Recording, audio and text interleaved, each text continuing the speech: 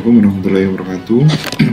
Pada materi kali ini kita akan lanjut ke komputasi dan pemrograman. Jadi komputasi itu yang melatar belakangi kenapa ada komputer ya. Kemudian muncul turunan-turunan dari ilmu komputer, merupakan cara untuk menemukan pemecahan masalah dari data input dengan menggunakan suatu algoritma. Kita mengenal kata algoritma yang akan kita bahas nanti. Intinya komputasi itu memecahkan masalah dari inputan yang kita masukkan. Teori komputasi itu cabang dari ilmu komputer dan matematik yang membahas apa dan bagaimana suatu masalah dapat dipecahkan pada model komputasi menggunakan algoritma. Jadi induk ilmunya adalah matematika ya, perhitungan, di mana di situ ada logika, kemudian ada bagaimana kita memecahkan suatu masalah itu secara step by step gitu. Jadi ada langkah-langkahnya. Sedangkan komputasi modern adalah sebuah konsep sistem yang menerima instruksi-instruksi dan menyimpannya dalam sebuah memori. Dan memori di sini juga bisa diartikan sebagai memori komputer. Kalau sudah modern komputasinya, dia sudah ada device lain yang mendukung. Kalau dulu kan hanya komputasi menghitung, hasilnya mungkin disampaikan kemudian atau ditulis gitu ya. Tapi kalau sudah modern, ada device memory. Artinya ini sudah berupa elektronik ya, disimpan dalam suatu komponen yang bernama memori, dan bisa juga dikatakan sebagai memori komputer. Memori sudah kita bahas sebelumnya, ada memori yang sifatnya itu volatile, ada yang non volatile, ada yang permanen, ada yang dia nggak permanen gitu. Ketika powernya off, yang disimpan itu menjadi hilang. Oleh karena pada saat ini kita melakukan komputasi menggunakan komputer, maka bisa dibilang komputer itu juga merupakan alat untuk melakukan komputasi modern atau komputasi modern gitu ya. Yang mana konsep komputasi itu sendiri digagas oleh John von Neumann tahun 1900-an ya, 1903 sampai 1957. Di pertemuan awal ya, kita sudah membahas sejarah komputer, termasuk bagaimana komputer itu digunakan untuk memprogram atau menghitung sesuatu, memecahkan suatu masalah berdasarkan perhitungan tertentu. Di komputasi modern, sumber daya yang disediakan bersifat heterogen, dia terdiri dari berbagai jenis perangkat keras, sistem operasi, dan aplikasi yang lain. Jadi fungsi untuk menghitung itu juga sudah berkembang, tidak hanya untuk menghitung angka saja, tapi juga memecahkan masalah yang lain yang sebenarnya kalau ditelusuri ya, basicnya itu juga terdiri dari logika dan angka, cuman tidak terlihat di user end ya, end user seperti kita. Maka karena dia modern sehingga banyak sekali perangkat yang saling berkolaborasi di situ ya, mulai dari perangkat kerasnya dan OS-nya pun macam-macam, kemudian software-software pendukung yang lainnya. Komputer yang terhubung ke jaringan yang luas dengan kapasitas bandwidth yang beragam. Selain komponen di dalam satu perangkat tersebut, komputasi modern juga bisa terdiri dari beberapa komputer yang saling terhubung dengan bandwidth yang beragam. Itulah ada yang namanya sistem terdistribusi gitu ya, atau komputasi paralel dan seterusnya, karena menggunakan beberapa mesin yang terhubung menggunakan jaringan. Komputer maupun jaringan tidak terdedikasi bisa hidup otomatis waktu-waktu tanpa jadwal yang jelas. Jadi karakteristiknya seperti itu, ya tidak dedicated. Jadi bisa hidup otomatis waktu-waktu tanpa jadwal yang jelas, tidak ada penjadwalan di situ. bisa jadi seperti itu atau bisa jadi malah dijadwalkan ya. Nah, masalah yang dipecahkan dalam komputasi modern yang kita hadapi sekarang ini, yang pertama terkait dengan akurasi atau floating point ya. Tipe data floating point memiliki range penyimpanan numerik yang besar sehingga dapat digunakan oleh komputer untuk melakukan komputasi yang akurat. Jadi karena akurasi menjadi hal yang paling penting dalam proses komputasi, maka sistem sudah menyediakan namanya floating point ya. Dia memiliki range numerik yang besar sehingga ya bisa leluasa untuk melakukan perhitungan untuk memecahkan masalah gitu ya. Kemudian terkait kecepatan atau hertz, komputasi juga harus bisa dilakukan dalam waktu yang cepat ya kan, ketika mengolah suatu data, sehingga perlu metode kecepatan untuk mengolah perhitungan dalam waktu yang singkat. Makanya ukurannya hertz ya. Jadi gimana problem yang diinputkan itu bisa dieksekusi kemudian menghasilkan suatu solusi itu dalam waktu yang sangat singkat, karena memang kolaborasi dari berbagai device tadi ya untuk menghasilkan proses yang cepat ya. Kemudian problem volume yang besar ya, ini tidak bisa dipungkiri ya, ketika kita menghadapi masalah nggak cuma 1-2 ya kan, ada banyak yang dia harus segera dipecahkan bahkan dalam waktu yang bersamaan, sehingga di sini ada metode yang namanya downsizing atau paralel. Dia diandalkan ya untuk menangani masalah volume yang besar. Kemudian tentang modeling ya, NNNGA, dia ada model yang dipakai.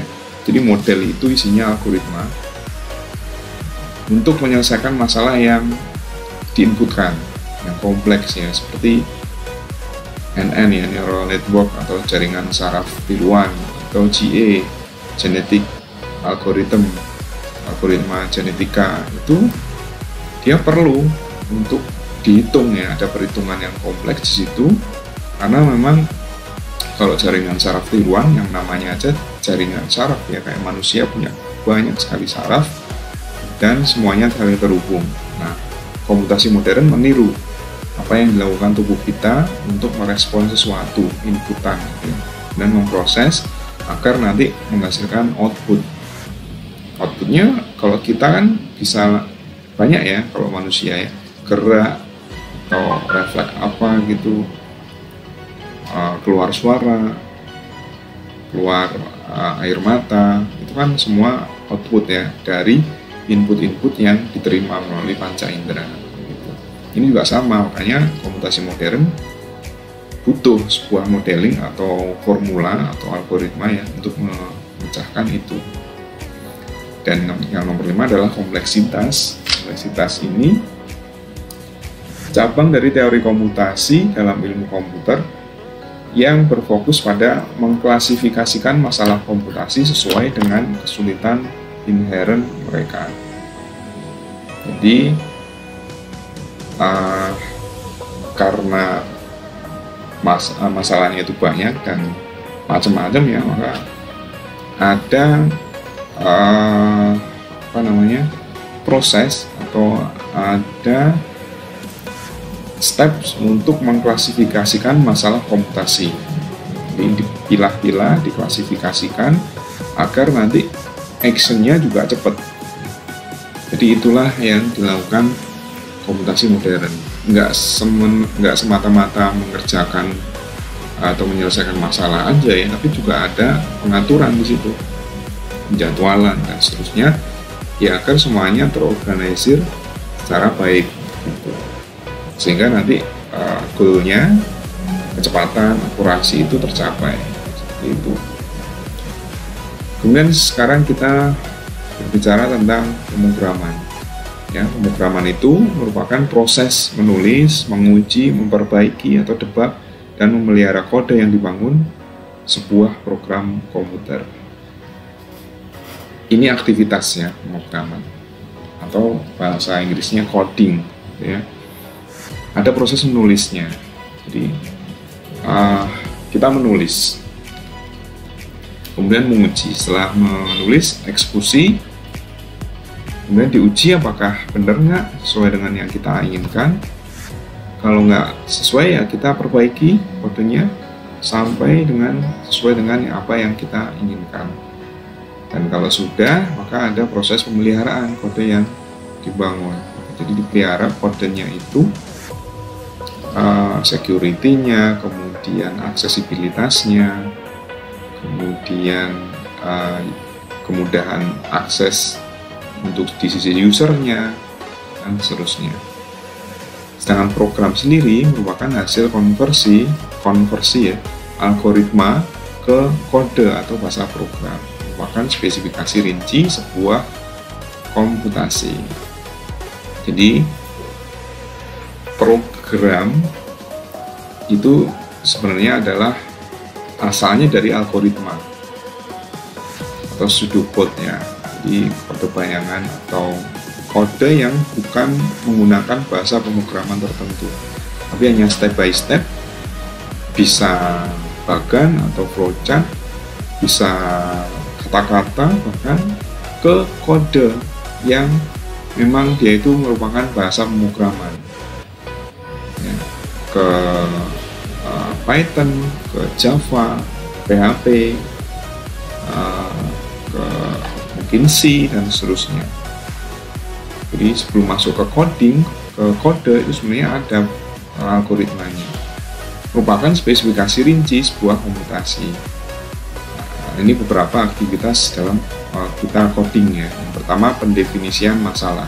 Masalahnya apa dulu, harus tahu.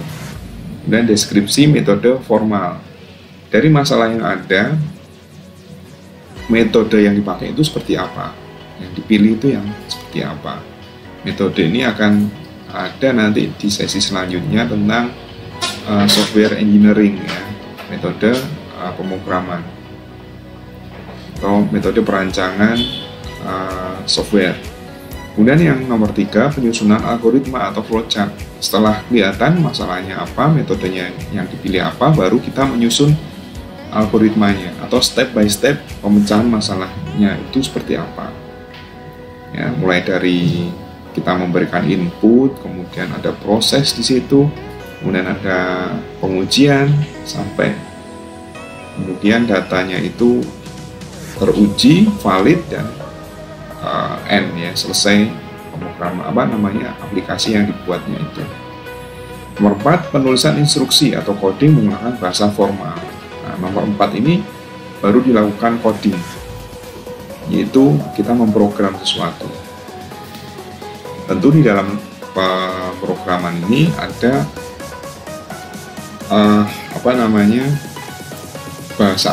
pemilihan bahasa apa yang dipilih gitu. Kalau sudah satu bahasa ya udah, nanti dia berbasis misalkan Python, berbasis PHP gitu.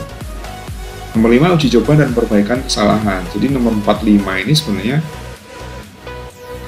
sesuatu yang berulang kali dilakukan, nggak hanya sekali dua kali. Ditulis, diuji. Dalam pengujian ada yang kurang, tulis lagi, edit lagi, uji lagi, dan seterusnya. Setelah ini dirasa nggak ada masalah, nggak ada error ya, baik error kode maupun error logika, baru di run programnya itu. Artinya run ini mungkin diimplementasikan ke dalam suatu siapa yang membutuhkan, atau bagaimana program itu running gitu ya. Dan nomor 7 yang tidak kalah penting adalah dokumentasi. Dokumentasi itu seperti kita membuat manual booknya. Jadi apa yang kita buat itu kita simpan dalam sebuah buku, plus cara pengoperasiannya seperti apa. Ini nomor 7 ini bisa dibilang tidak semua software, tidak semua pembuatan software itu ada dokumentasinya. Pertama biasanya untuk kalau orangnya sendiri gitu ya, hanya untuk sesuatu hal yang kecil dia nggak perlu, tapi sebenarnya idealnya harus ada gitu ya dokumentasinya. Ini nanti berfungsi ketika mau atau ada orang yang mau menjalankan program, dia melihat dokumentasinya, manual booknya ya, itu akan jelas di situ. Nah ini ya tadi bahasa pemrograman itu notasi ya untuk mendeskripsikan program, dan kita mengenal ya tidak hanya yang ada di sini saja, saya yakin ada banyak sekali bahasa pemrograman yang lain yang belum ada di sini gitu. Ya ini mulai dari zaman dulu ya sampai mungkin zaman sekarang atau masa depan ada di sini. Oke, sekarang tentang paradigma pemrograman. Jadi pemrograman pun dia memiliki paradigma ya. Ada 4 yang akan kita bahas. Yang pertama adalah imperatif paradigma. Paradigma imperatif. Ini menggunakan pendekatan yang tradisional yang dikembangkan dari urutan perintah-perintah yang diikuti manipulasi data untuk mendapatkan hasil yang diinginkan, dan pendekatan algoritma digunakan untuk mencari solusi dan mengekspresikannya sebagai urutan perintah. Jadi ini paradigma yang paling tradisional, hanya melakukan perintah dan seterusnya, tapi secara urut. Kemudian ada juga manipulasi data atas perintah yang dikasih gitu ya, diberikan. Hanya itu di imperatif paradigma. Kemudian ada deklaratif paradigma. Ini menekankan pendeskripsian problem yang akan diselesaikan dibandingkan dengan mengikuti langkah-langkah yang diikuti, dan menerapkan tujuan umum algoritma untuk menyelesaikan masalah yang muncul. Jadi di dalam paradigma ini, hal pertama yang harus dilakukan itu harus mendeklarasikan dulu problemnya apa. Ya, kalau di yang tadi imperatif itu problemnya belum nggak dideklarasikan di atas, artinya ini langsung orangnya yang mau lakukan, yang mau coding itu langsung dia langsung misalkan instruksi A, instruksi B, instruksi C dan seterusnya. Tapi kalau di deklaratif ada deklarasi dulu, ada deskripsi dulu di atas. Nah, problemnya ini, terus baru dari problem yang sudah dideskripsikan, dideklarasikan, muncul algoritma yang disusun di situ, step by stepnya seperti apa. Kemudian yang ketiga adalah functional paradigm. Program sebagai entitas yang menerima input dan menghasilkan output. Jadi program itu dibangun dengan menghubungkan unit program yang kecil, sehingga setiap unit output digunakan oleh input yang lain, sehingga keseluruhan hubungan input-output diperoleh. Paradigma ini membangun fungsi sebagai kompleks persaran dari fungsi-fungsi sederhana. Jadi kalau fungsional paradigm, cirinya adalah ada input, kemudian menghasilkan output. Kita mengenal fungsi ya, nanti di bahasa pemrograman itu ada yang namanya fungsi, yaitu pasti di dalam fungsi itu ada inputnya apa, kemudian diolah inputannya itu di fungsi itu, kemudian menghasilkan output. Seperti itu. Dan keempat adalah object oriented. Dia cirinya adalah program itu dipandang sebagai kumpulan unit yang disebut sebagai objek, di mana setiap objek mampu melakukan aksi terkait dan meminta aksi dari objek lainnya. Objek-objek ini saling berkait untuk menyelesaikan problem yang ada. Jadi berorientasi objek ya, sehingga program itu dilihatnya sebagai objek. Kalau objek pasti dia punya unit yang ada di dalamnya, beberapa gitu ya, dan di dalam objek itu ada aksi macam-macam. Nanti ada pemrograman object oriented programming akan dibahas di semester nanti ya berikutnya, dan dia menggunakan paradigma ini, object oriented. Baik, sekarang tentang algoritma. Algoritma itu apa sih? Dari tadi kita membahas menyebut algoritma gitu ya. Algoritma itu merupakan suatu urutan dari beberapa langkah yang logis guna menyelesaikan masalah. Jadi keywordnya adalah urutan, tapi dia logis. Pada saat kita memiliki masalah, maka kita harus dapat untuk menyelesaikan masalah tersebut dengan menggunakan langkah-langkah yang logis. Algoritma digunakan untuk memecahkan masalahnya, tapi dengan logis. Dengan kata lain, algoritma itu merepresentasikan suatu komputasi. Jadi, komputasi itu sebenarnya terdiri dari algoritma, ya. Ada step-stepnya di situ. Algoritma dapat dilihat sebagai sebuah logika deduksi terkontrol. Pernyataan ini dapat diekspresikan sebagai algoritma sama dengan kontrol plus logika. Jadi logikanya itu dibalut dengan kontrol agar bisa kita arahkan menjadi sebuah output seperti itu ya. Komponen logika yang mengekspresikan aksioma dapat digunakan dalam komputasi serta komponen kontrol dalam menentukan cara-cara deduksi yang digunakan pada aksioma. Hal tersebut adalah dasar dari paradigma pemrograman logika. Jadi ada aksioma yang digunakan untuk membangun sebuah algoritma. Contohnya, sebelum ke flowchart ya, contoh dari algoritma adalah bagaimana, ini yang sering kali muncul ya, bagaimana kita memasak sebuah nasi goreng. Misalnya, algoritma memasak nasi goreng. Apa aja yang perlu dituliskan di situ? Yang pertama tentu siapkan bahannya. Bahannya kan ada nasi, kemudian bumbu, kan? Bumbunya nanti bisa di breakdown lagi, apa gitu ya. Yang kedua siapkan alat. Alatnya apa? Kompor, kemudian wajan, seterusnya. Setelah itu langkah selanjutnya apa? Nasinya taruh bahan ya, salah satu dari bahan tadi yaitu nasi, taruh di dalam wajan.